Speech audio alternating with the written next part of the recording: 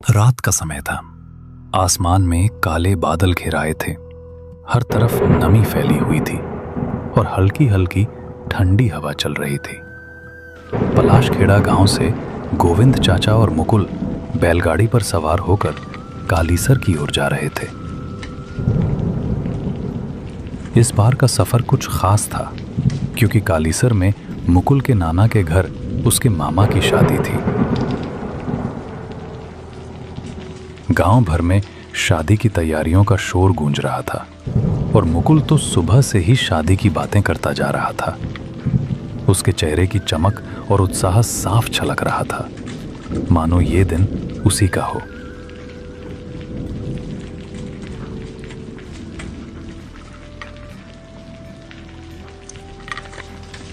चाचा, इस बार की शादी सबसे अलग होगी।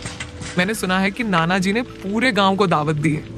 वहां ढोल नगाड़े, मिठाइयाँ और पटाखे सब होंगे। हाँ रे, तेरा मामा है ही बहुत धूमधाम वाला, लेकिन शादी से ज्यादा तुझे पकवानों की चिंता है ना? अरे चाचा, मिठाइयाँ और पकौड़ियाँ ही तो असली मजा देती हैं। मैं तो सबसे पहले जलेबी खाऊंगा।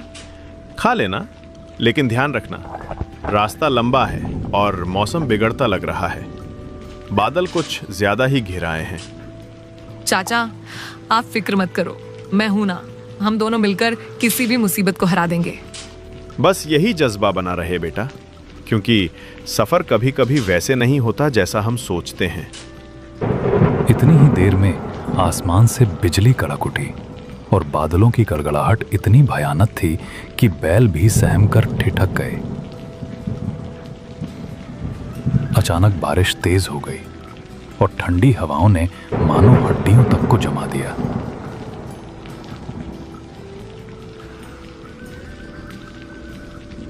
चाचा, ये कैसी कड़कड़ाहट है? बैल भी डर गए। और देखो, दूर सामने वो कालीसर की विरासत हवेली खड़ी है।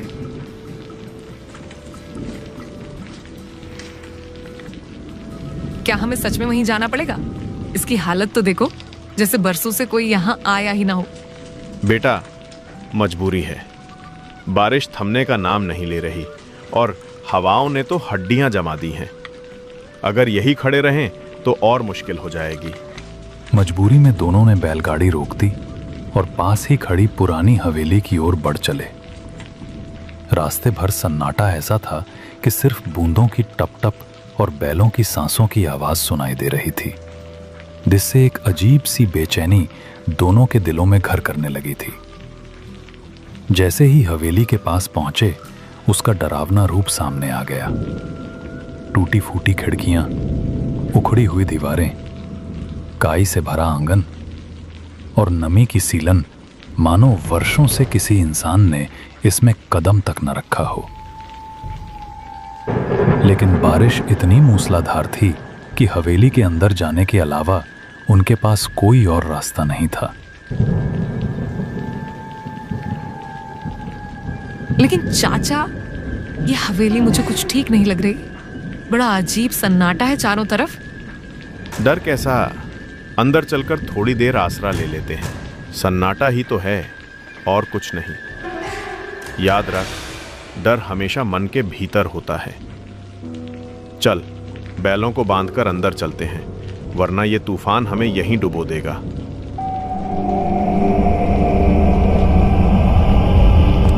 गोविंद चाचा और मुकुल जैसे ही हवेली में दाखिल हुए, ठंडी हवा का झोंका उनके पास से गुजर गया।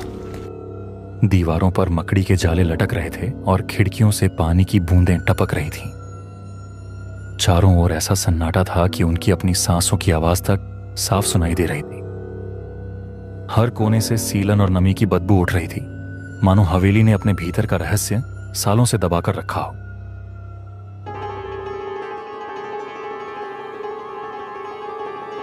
चाचा, ये हवेली तो और भी डरावनी लग रही है अंदर से। देखो ना, हर तरफ जाले ही जाले हैं और ये सीलन की बदबू, जैसे यहाँ कोई बरसों से कैद हो। मुझे तो अपनी सांसों की आवाज तक डराने लगी है। हाँ बेटा, ये जगह सच में वीरान है, लेकिन मजबूरी में आसरा लेना ही पड़ेगा। रहस्य चाहे जितना छुपा हो, हम थोड़ी देर रुककर सुबह होने पर निकल जाएंगे। डर से ज्यादा खतरनाक होता है उसका हमारे दिल पर हावी होना। हवेली बाहर से जितनी वीरान दिख रही थी, अंदर से उतनी ही रहस्यमय और अनोखी थी।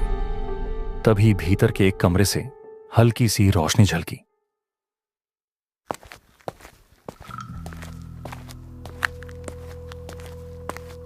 वे दोनों धीरे धीरे उस कमरे की ओर बढ़े और देखा कि भीतर एक छोटी सी लड़की अपने हाथ में गुड़िया लिए खड़ी है और उसके पास ही एक बुजुर्ग महिला उसे देख रही थी।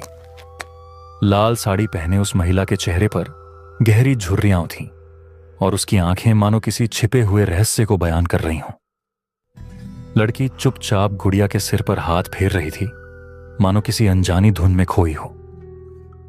अचानक महिला के होठों पर एक कुटिल मुस्कान उभर आई, जिसने माहौल को और भी रहस्यमय बना दिया। अरे बेटा, तुम लोग कौन हो? पहली बार देख रही हूं तुम्हें। अपना नाम तो बताओ और ये भी कि इस हवेली तक कैसे पहुंचे। अम्मा, मैं गोविंद हूँ, पलाशखेड़ा गांव से आया हूँ। ये मेरा भतीजा मुकुल है।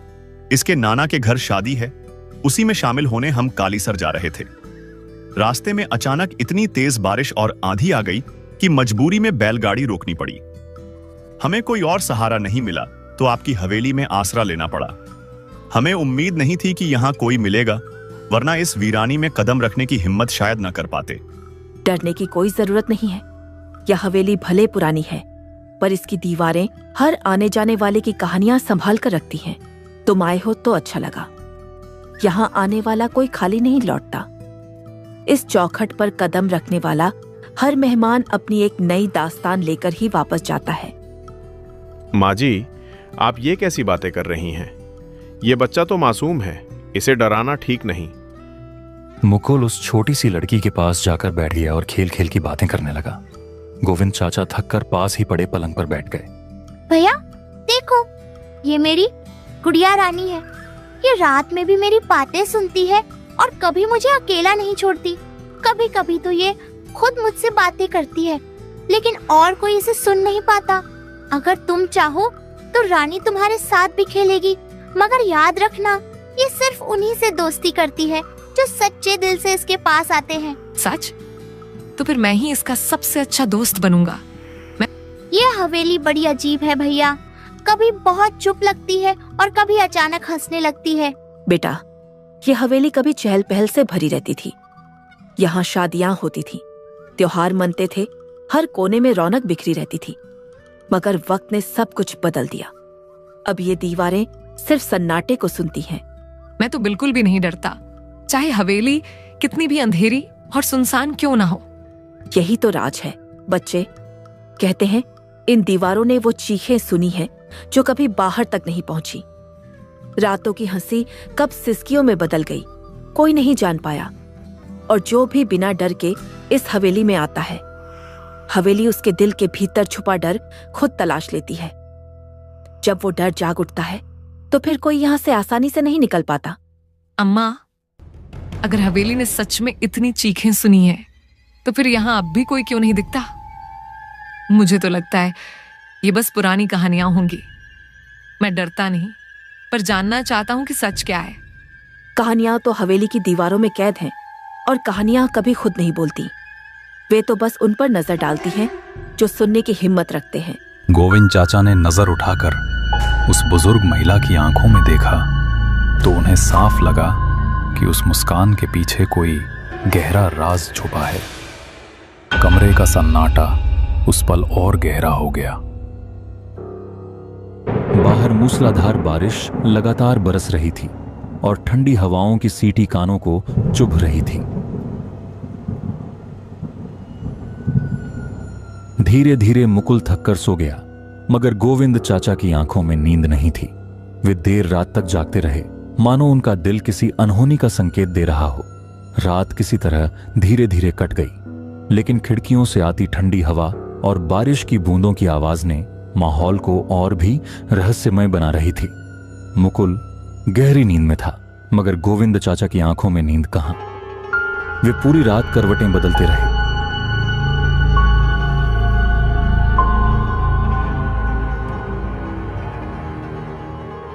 सुबह सुबह मौसम साफ होते ही दोनों हवेली से निकलने की तैयारी करने लगे। वे आपस में बातें कर ही रहे थे कि तभी वह छोटी सी लड़की मुकुल के पास आई और कुछ धीरे से बोली। उसकी मासूम आवाज में एक अजीब सी कसक छुपी थी। भैया तुम चले जाओगे तो मैं फिर अकेली रह जाऊंगी। रानी भी उदास हो जाएगी। काश तुम यहीं थोड़ी देर और रुक जाते। मुकुल भैया, तुम लोग हमें छोड़कर जा क्यों रहे हो? हवेली में तो कितना अच्छा खेल चल रहा था। मैं भी तुम्हारे साथ और खेलना चाहता हूँ, लेकिन हमें जाना पड़ेगा। मामा की शादी में देर हो जाएगी ना। तुम चिंता मत करना, मैं तुम्हें कभी नहीं भूलूंगा। बहुत सारी बातें करने के बाद वे दोनों आखिरकार हवेली से निकल पड़े। बारिश थम चुकी थी, मगर आसमान अब भी घने बादलों से घिरा हुआ था। चाचा, वो छोटी सी लड़की कितनी प्यारी बातें कर रही थी। उसकी मासूम हंसी जैसे हवेली की वीरानी मिटा रही थी। मुझे तो लगता है अगर वो हमारे गांव में होती तो मैं उसके साथ घंटों खेलता। उसकी गुड़िया के बारे में जो बातें कर रही थी, अब भी याद करके अच्छा लग रहा है। बेटा, तू तो सच में बड़ा निडर है, लेकिन मैं सोच रहा हूं उस हवेली में जो कुछ देखा सुना वो इतना आसान नहीं था भूलना। वहां की खामोशी, वो औरत की मुस्कान, कुछ तो राज है जो आंखों से छुपा रह गया।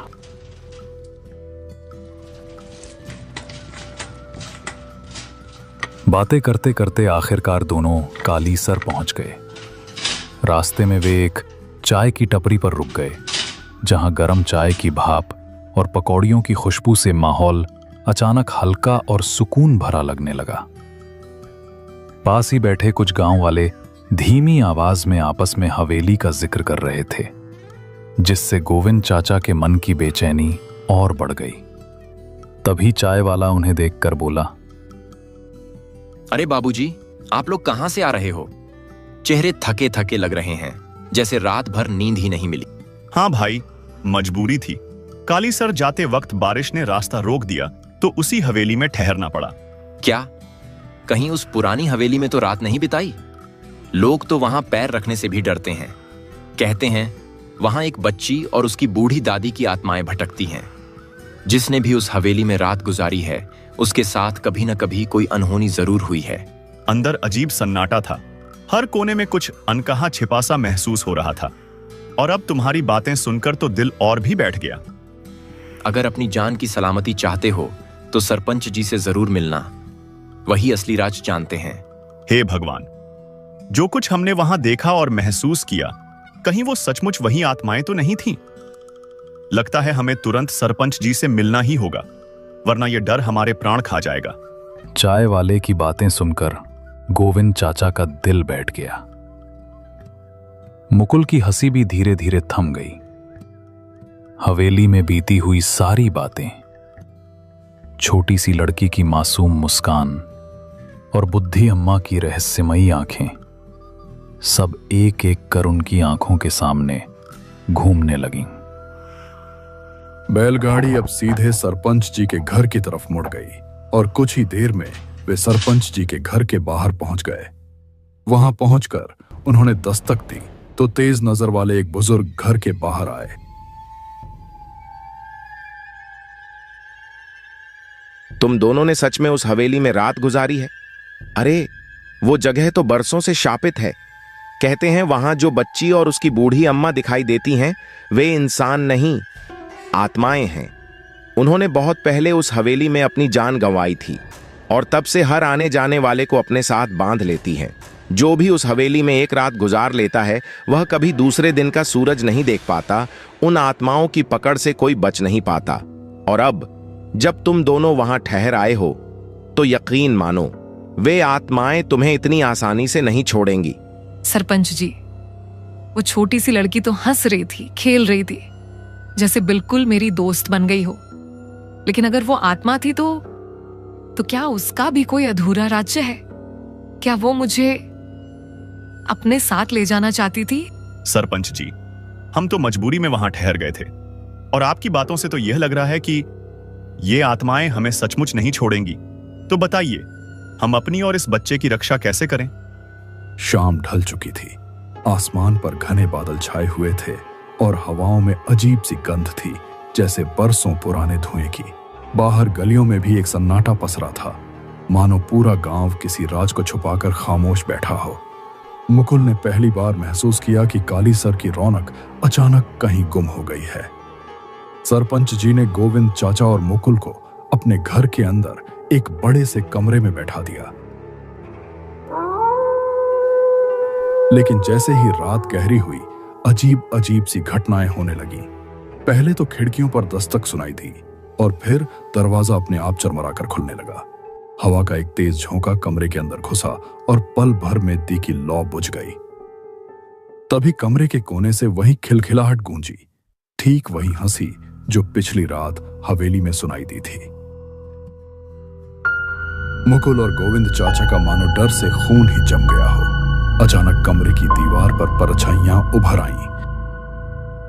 उनमें से एक परछाई छोटी सी लड़की की आकृति जैसी थी और दूसरी में बूढ़ी अम्मा का चेहरा धुंधला धुंधला दिखाई दे रहा था, मगर उनकी आंखें अंगारों जैसी लाल चमक रही थीं, मानो अंधेरे को चीरकर सीधे मुकुल और गोविंद चाचा के दिल में उतर जाना चाहती हो।